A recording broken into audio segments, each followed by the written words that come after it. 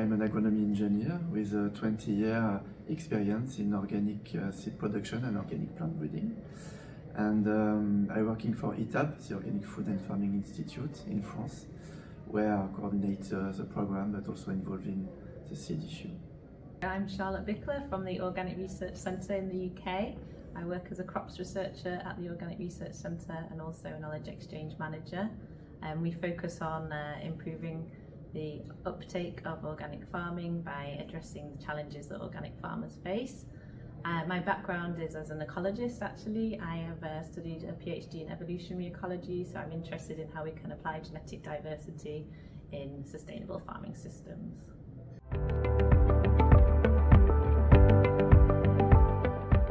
Yes, so within the LiveSeed project, we gathered up our experiences from across the European Union of working with organic heterogeneous material and how we needed to adapt our protocols and the regulatory framework for organic production in organic variety development. So we have a lot of different partners in LiveSeeding who are developing heterogeneous populations of different types of crops. And we have found that there are different challenges that they face when they're trying to use these crops from a practical implementation point of view, but particularly we have focused on the regulatory aspects, and we're looking at really unpicking that more in the LiveSeeding project on a practical level of how we work with the seed certification offices, how we notify the authorities of our populations, how we quantify and understand what we can expect from them in the field. I think that's everything, Fred. Would you agree? Yes, I would add that we have the chance that parallel to LiveSeeding, we have the new organic regulation that put a legal framework for this OHM. So with a notification that is free and with very few administrative burden. And so we can learn from the different partners' experiences on this notification process, and we can also support the countries where these are not yet in place to develop and make more OHM available in Europe. I could add also that it's not just about this kind of technical perspective, but we've also found that these types of cultivars are really important at a social level, and the social innovation is part of that, and we are looking to support that through our work in LiveSeed, for example, the cultivar testing networks that we're working with. So it all goes hand in hand together to progress the wider uptake of those crops.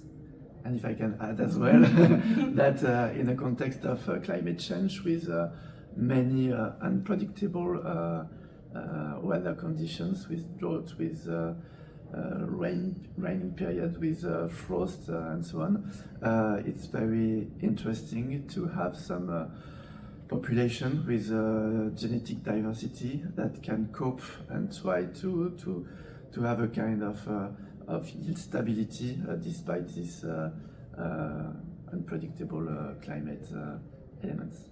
I think, one last thing, it's quite now widely accepted with the policymakers and across the industry that there is potential for these genetically diverse populations in response to climate change and other environmental variability, but it's now understanding how we can adapt our systems to accommodate them.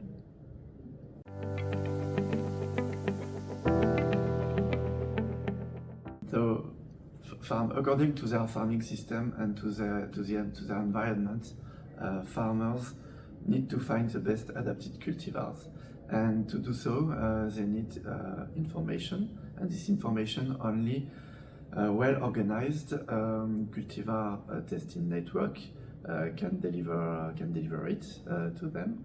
And but there are a lot of crops, there are a lot of different environments.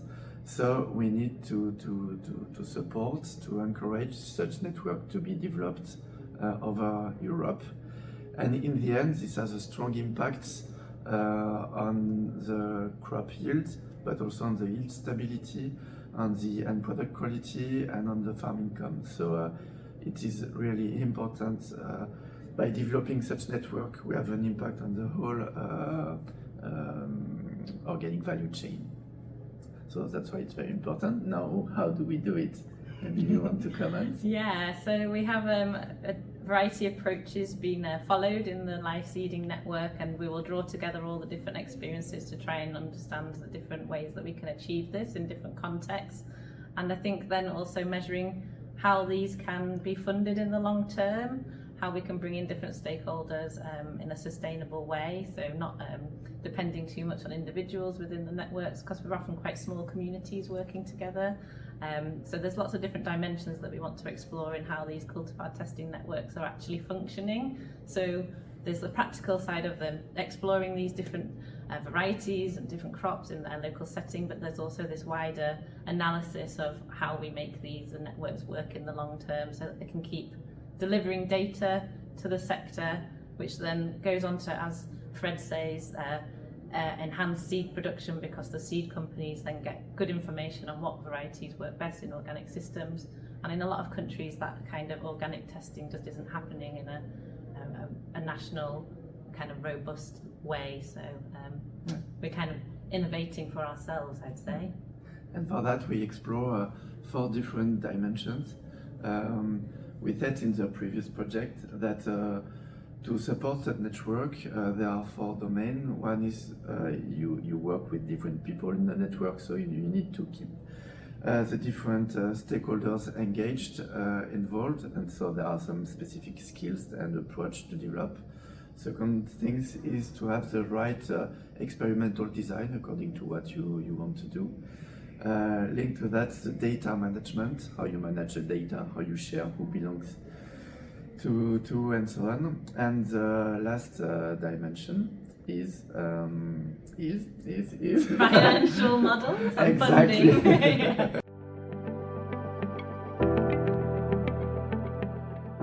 Previous project, we made some prototypings. We designed some ideas. We made a lot of workshop. We published some documents, but now we try to confront it to the real world, and that is very exciting to see how we can go to the next step and develop it more broadly.